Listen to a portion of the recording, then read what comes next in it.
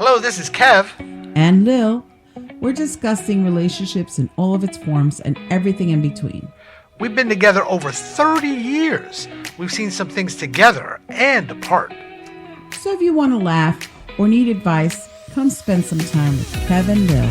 Have we met?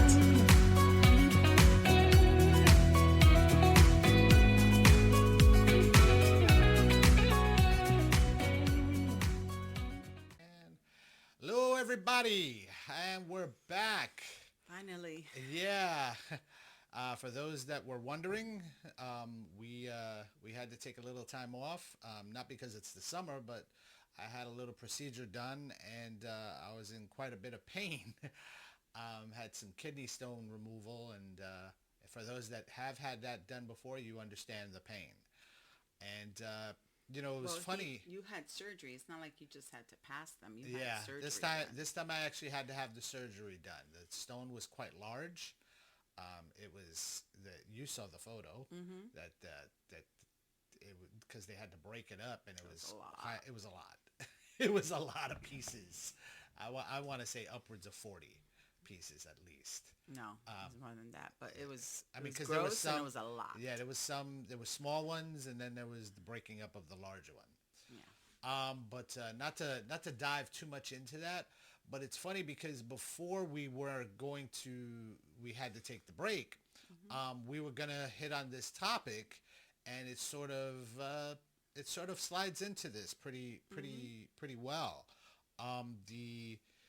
It's here are ways to cope when someone you love faces a serious illness or injury. I wouldn't say it was that serious, but it was certainly uncomfortable.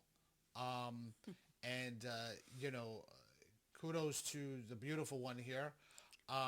She took really good care of me. I owe her a lot, because I gotta tell you, man, I wouldn't say I was a baby, but I certainly would say that I was. She took care of me. At least not this time. I don't think I was a baby about it, right? I wasn't like whining or anything. But no, you were whining, but you weren't a big baby. Yeah, not like you if I had a cold. You were in pain. Yeah, that I was actually in pain. Yeah. I mean, there was a couple of nights there that I literally laid in bed and I was, which is sad for anybody that's trying to be a man. But no, sincerely, it was very uncomfortable. So, I haven't had to do this myself, take care of a loved one that's sick or illness or anything. Funny enough, Lil's got quite a bit of experience with it now. So we decided to touch on this, and it's more her episode. I will chime in, of course, as much as possible, because I don't know when to shut up. But yeah, so I'll let her begin. Well, like he stated, it's ways to cope when someone you love faces a serious illness or injury. My mother was diagnosed with cancer a few years ago. 4 years ago now, right? Yeah. I want to say about 4. And she's been in remission for the past year. More than 4. This was during the pandemic, so I want to say 5 years ago. No, we didn't know. It was after the pandemic that we found out. Let me stop. Okay. Yeah, so she's in remission, thank God, and but it's a type of cancer that doesn't go away. It just stays hidden, and then it could just pop up. But you could live a somewhat normal life if you do the proper treatments and stay on top of them. Tell them the type of cancer. It's multiple myeloma in the spine. It's basically like blood and bone cancer. So she was supposed to, after her treatment, she was supposed to get a bone marrow transplant on her spine, which is difficult operation, and but she basically could have went on living a regular life, doing her day-to-days, driving around, shopping like she likes to do, and but after the chemo, she was done. She was like, nope, not doing it. But like I said, thank God she's in remission.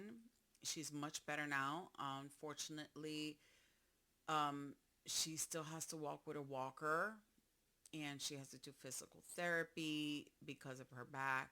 And she did have a couple of fractured vertebrae, fractured ribs. It was bad, guys. But thank God she got through it.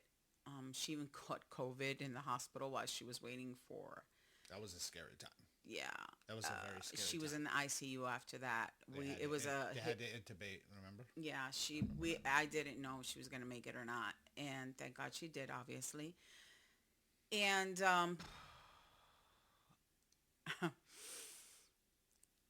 I now know, and I always knew, but now I specifically know. You know how it is when someone passes and that's close to you, and then you're like, "Oh, I'm so sorry. My condolences. I feel your pain." I don't think you do. You have to specifically go through that pain to really understand. Of course, we'll understand the loss of a loved one because obviously you'll be like, "Oh my God, I don't know what I would do."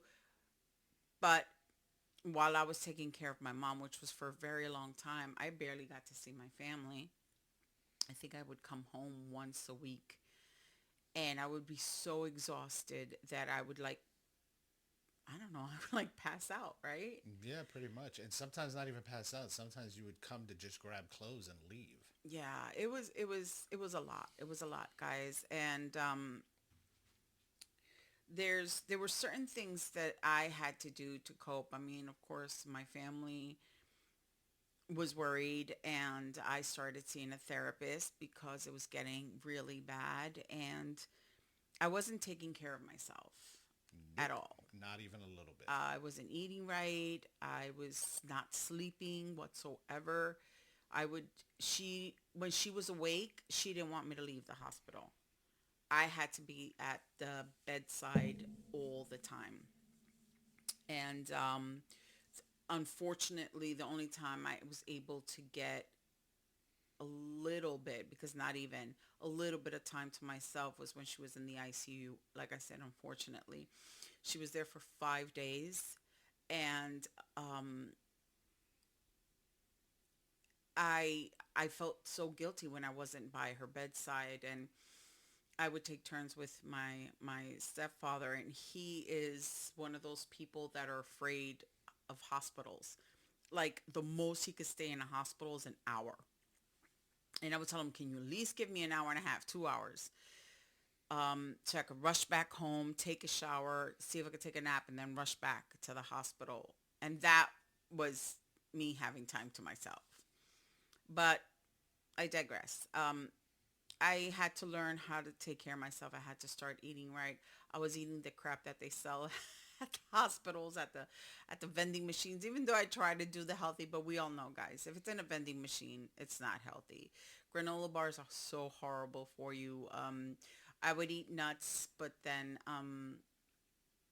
I got sick of that, and I was trying to do the salads at the hospital, but they were bad. I wasn't eating. I was just drinking a lot of coffee just to stay awake. And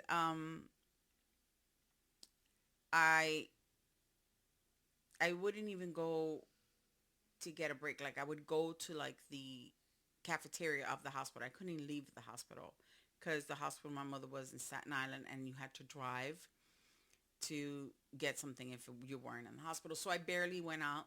I would eat at the hospital, and that was my break. My break was either going to the restroom or getting something to eat. So I would either get like a fruit cup or something so I could bring it with me and I could eat it in the room. So um,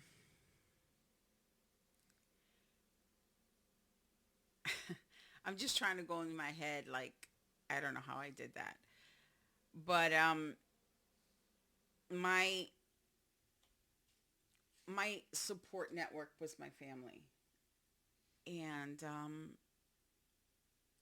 I took a lot out on them, like I would come home and I would snap about stupid things like, "I can't believe I've been gone all this week. You haven't even vacuumed the floor. You haven't done the laundry." Like I would pick on stupid things like that. And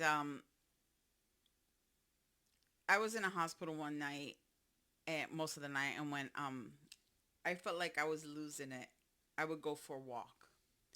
And for me, going for a walk was going to the bathroom. I would go to the furthest bathroom on that floor, and that would be my break. And even the nurses were like, "You should go home, take a shower, take a nap." And I don't know. I would go I would go to a coffee shop sometimes. That's my favorite place to go, like Barnes and Nobles when I'm like depressed, or I would go to Barnes and Nobles, buy a cup of coffee. I would watch YouTube videos because that relaxes me. My crafting videos. My biggest thing, I wouldn't sleep. When I would go to bed, it's just I was running everything through my mind. Um,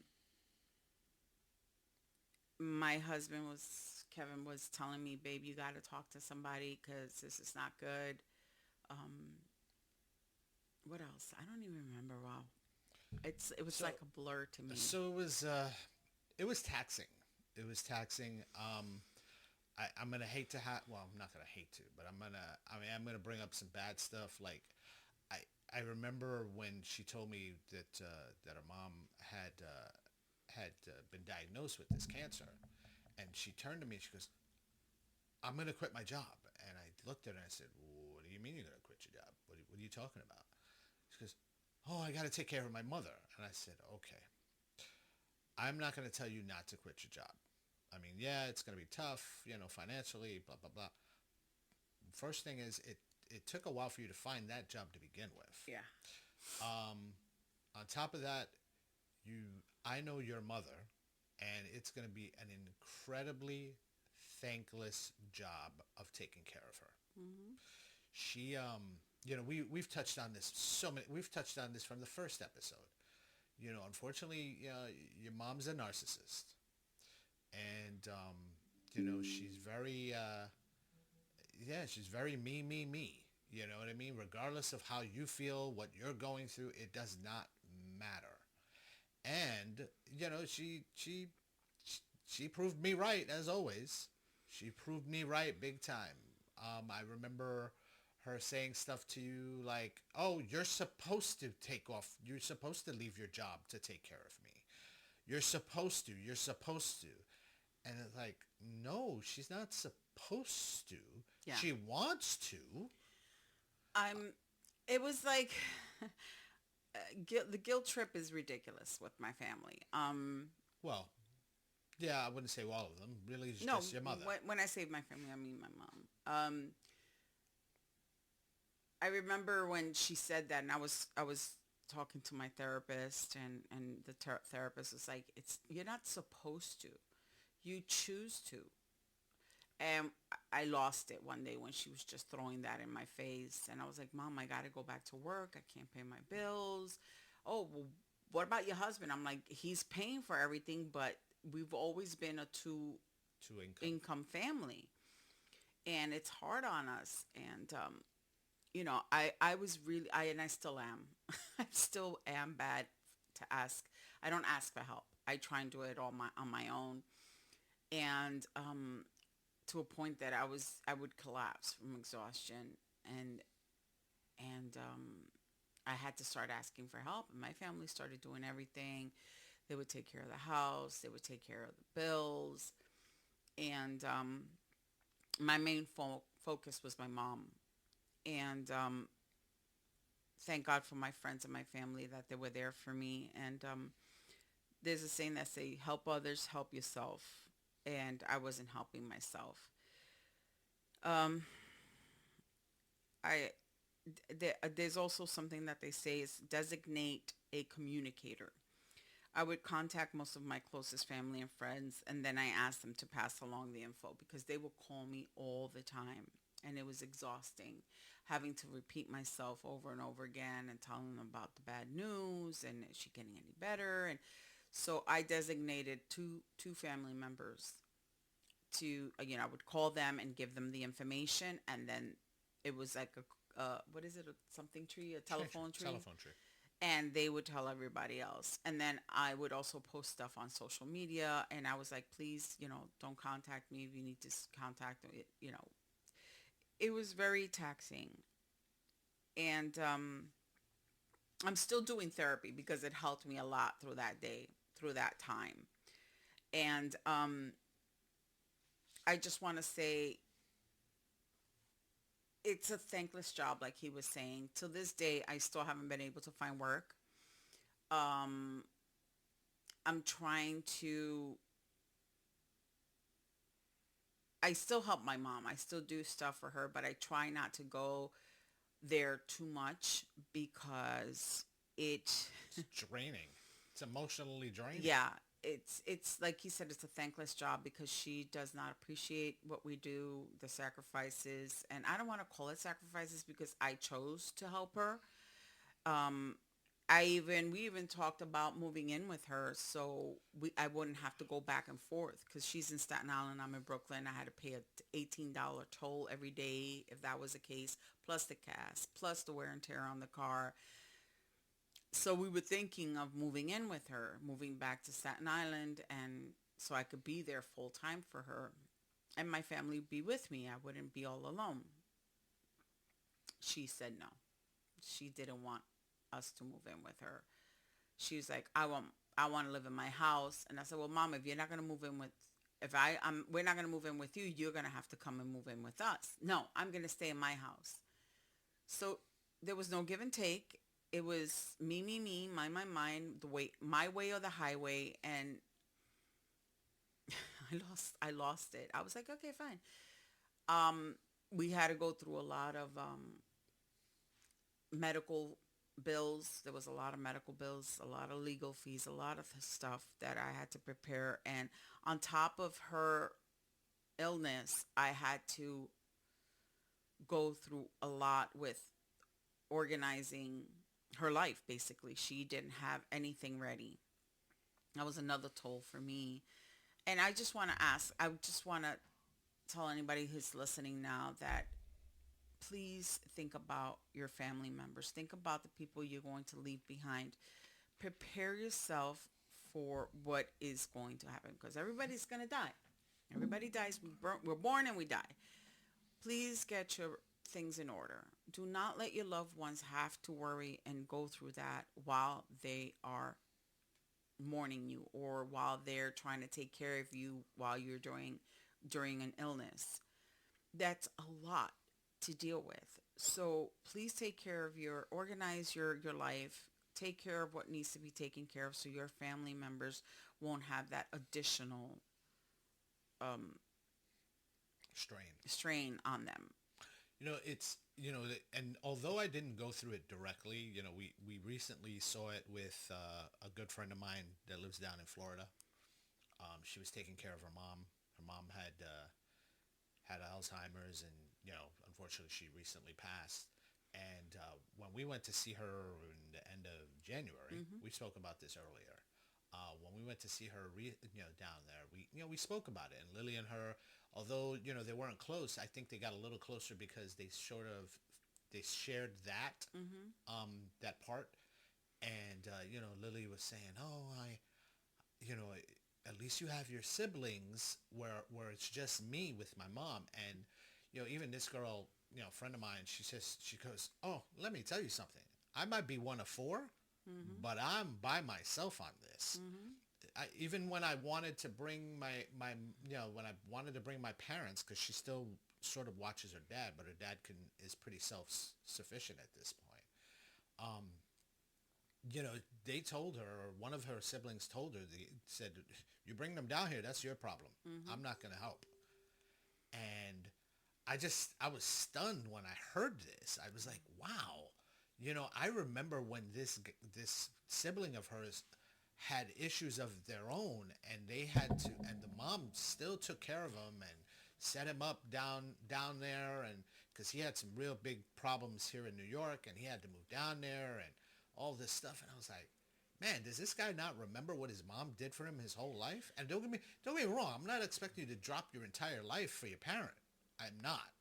But that's pretty cold. Yeah. Every time I talk to people, and even my therapist says, yeah, it doesn't matter if you're an only child or if you have siblings. Unfortunately, that's how it works. There's always one sibling or one child that has to take the full brunt. I mean, don't get me wrong. I know other people that they also share the responsibility, but begrudgingly, and usually there's one person that actually takes most of the. Well, and then look at my mother, right? Look at my mom.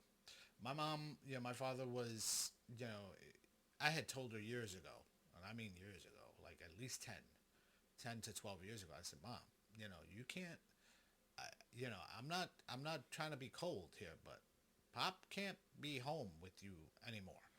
And she's like, what do you mean? What do you mean? I said, well, clearly he's falling down. Yeah.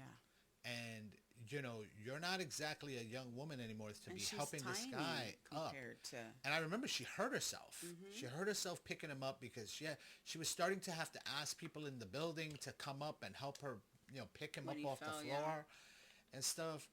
And reluctantly she put him in a nursing home. But I got to tell you, on top of that, it didn't matter. She was at the nursing Every home day. every single Practically the whole day. day. Yeah. And I'm talking about she would get there like 9 a.m. She wouldn't leave till about 6. It was like her full-time job every single day. Well, that's how it is. It's like a full-time job and then some. But then she got sick herself. She got very ill. It was a couple of years into it, but she got very ill. My brother had to come, and he stayed with her for a little bit. And I'm like, Ma, enough of this. You can't go to the hospital every And then single COVID day. happened, so she couldn't go. Well, when COVID hit, that was it. That was Yeah. the end. That was the end because, since he was in the nursing home, unfortunately, he was one of those that was part of those statistics where they didn't last in the nursing home. And of course she got upset. She was like, oh, it was because I wasn't there. I said, no, Ma, no. It was because you were there that he lasted that long. Yep. Because I remember going with her to the emergency, or meeting her at the emergency room.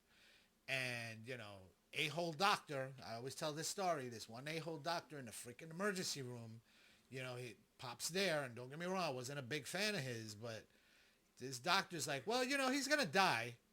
He's going to die soon. And I just looked at her like, are you okay? And I remember one of the volunteers in the emergency room looked Bedside at me and manner. looked at this doctor, was like, Horrible yeah, are you bedside okay? manner, yeah. And I pulled this woman to the side, this doctor, and I'm like, he is laying right there. He may not have all his faculties, but he understands what you're saying. And she didn't really apologize. I guess she may have had a long day, but you know what? I don't give a crap. You have a long day, then go find another freaking job. Okay? But they gave him, at that time, they gave him probably 6 months, and he lasted like another year and a half. So, I felt bad for Ma because, Ma, again, she dedicated. She took those vows to heart, in sickness and in health. She really stuck And with them. We talk about it till today about her taking care of him and what an ungrateful job, because I remember Oh, he when was he a was jerk. No, Oh, come on. but He was also a jerk. when he was losing it, like the Alzheimer's and the what is it called, the dementia started he hitting. was past the dementia, though, at that point. They start saying things like hurtful things, and I remember him saying things to her, Oh, and yeah. I was like, Mom, she goes, yeah, but it's even though I knew it was the Alzheimer's or dementia, it still hurts. Yeah, I believe. And I know my believe that. mother, I mean, she did believe some of the stuff she said, and then she did apologize for other things, and I know it was because she was in pain, and she just wanted to die. At one point, I was so angry with her because she was like, She was giving up. Yeah, she was giving up, and she's like, I just want God to take me, and I'm like, that is not cool. I was like, I am here every day. I'm here all the time. So you're just giving up. You don't care about your family wanting you to survive this, which you can. And all the doctors are like, this is not a death sentence. But as soon as she heard the C word, she gave up.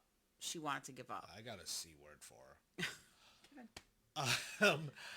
But no, it's, I think it's more of, as much as, and don't get me wrong, I'm not trying to downplay what you went through. But I think we're losing the focus on how To cope. to cope with it more than to. You have to talk to people. You Yeah, have to yeah. I mean, and it was one support. of those things, and it was one of those things where myself and our son, the younger one was like, "Ma, as much as we need therapy, you probably need it just as much, if not more." He goes, he would say it. He goes, "Ma, Grandma has put you through a lot, and we're not talking about just because she's sick. We're just talking about in life. She put you through a lot." And when I was in therapy, I learned a lot. I Things that I didn't realize that were affecting me as an adult, things that me growing up that was done to me or by my mom and said to me, and I learned a lot through therapy. Like I said, I'm still doing therapy. I don't think I'm ever going to stop. If my insurance, or shall I say my husband's insurance, covers it, I will do it till I can no longer.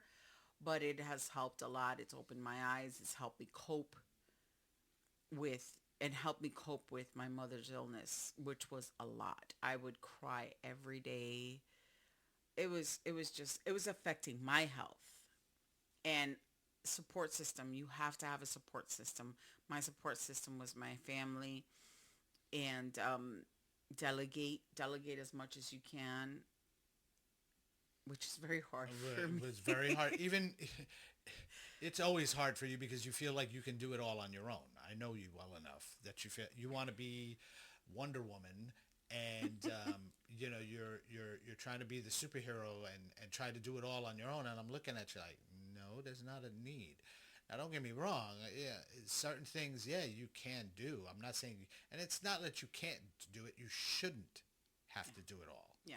You shouldn't have to do it. I felt all. like, oh, it's my mom, it's my responsibility, but don't think that way. You need to take care of yourself, and don't think it's selfish, because if you don't take care of yourself, how are you going to take care of your loved one? You have to take care of yourself first. Like they say in the airplanes, Right. Put the mask on first and then assist the person next to you. and that's what you have to do. You have to take care of yourself first in order to take care of other people and take breaks. I didn't hardly take. Oh my God, my sciatica, my back. I was in so much pain, guys. I went through so much, and it was just because I was sitting there. I was afraid to leave her side, and like I said, my only break was walking to the furthest bathroom. It's funny though. Were you afraid to leave her side? Yes. Or were you afraid to hit her mouth because No, you left her side? I would feel guilty. I'm like, oh my God, what if something happens and I'm not here? Oh my God, what if, and I would be on top of the nurses and the doctors. I'm like, what are you giving her? What is that for? And how long do you have to give it to her for? And I would stay on top of them. I'm like, look, her IV bag is empty. And I was probably one of those annoying people at the hospitals that the nurses are like, but a lot of them, they understood. And they even would tell me, goes, listen, you're not getting, because I would apologize, like, I'm sorry, I must be getting on your nerves. And they're like, no, that's wonderful that you're there by your mother's side. And then they would tell me, you got to take care of yourself. Go home, take a shower, take a nap. But we don't do that. We don't sleep, or at least I do. No, you didn't. No, you didn't. Yeah, and talk So, about it. You have to talk to people, not only therapists, but talk to people, your friends. A lot of my friends didn't know a lot of stuff that I was going through until much later, that we start going to brunches and getting together more often. And you got to talk about it. You got to talk about it. You need a support system. brunches. Um, He's just jealous because he's not invited. no, I am invited. I choose not to go. You're not invited. Okay, dear. All right, I'm not invited then. Yeah. Oh no, gosh help me. I'm not invited. Oh, boo-hoo. Whatever. But yeah, we wanted to talk about this. We wanted to discuss it just in case people are going through certain things. And like we always say, um, go. Yeah, we're not pros here. We've had our We just- experiences. yeah. We've had our experiences with things, and we've had our experiences with each other, with others, and so forth. But absolutely, seek therapy if you need it. Seek a counselor if you need it. Go to your primary care physician and see if maybe it's a chemical thing or whatever. and get yourself checked out, Yeah. because you don't know what you may have as well. As much as you want to take care of someone else, you may not be well yourself, and you're not even realizing it. So go see your doctor. Check yourself out. Get the finger in the butt. Whatever you got to do, and stick the thing in your ear, down your throat. But no, sincerely, just make sure you're checking yourself out. All right. I think that's about it from us. This one's a quicker one than normal, Yeah. surprisingly, but I think this mostly because this was affecting you more than me, so I didn't have as much. But yeah, But we all went through it. Like, I think the biggest thing there is take care of yourself. Take care of yourself so that you can take care of others. Have a support system. Speak to someone. Designate people, like you have to. What was the word? delegate. Delegate to your friends and family, and if they're truly your friends and your family cares enough about you, they will help you. They're there for you. And seek help. Talk to a therapist. All right, everybody. Well, thank you for listening. Bye. See you soon. Certainly comment, criticize, Yes. do whatever you got to do. I really don't care, because I don't really care about your opinions that much. Like, No, I'm joking. comment, share. Comment, share, like. And, do it on any of one of the platforms. We're on YouTube and Spotify and Apple Podcasts. All the social medias. And, yes, we're on the social media stuff, too. So please certainly comment there. I don't have boogers this time, which is good. But we apologize for waiting so long, but somebody it's one of was those not things. feeling I well. wasn't feeling well, so not And it's boo-hoo Kevin me. and Lil. It's just not Lil. It's Yes. Kevin and Lil. Kev So and Lil Lil. couldn't come here. Yeah, it's By the both way, of I don't us. know how to do any of this stuff, so No, it's funny enough she doesn't. Surprisingly, she doesn't, because she's usually pretty good at stuff like that. I am. But yeah. So thank you for listening, and we'll talk to you next time. Bye. Later, y'all.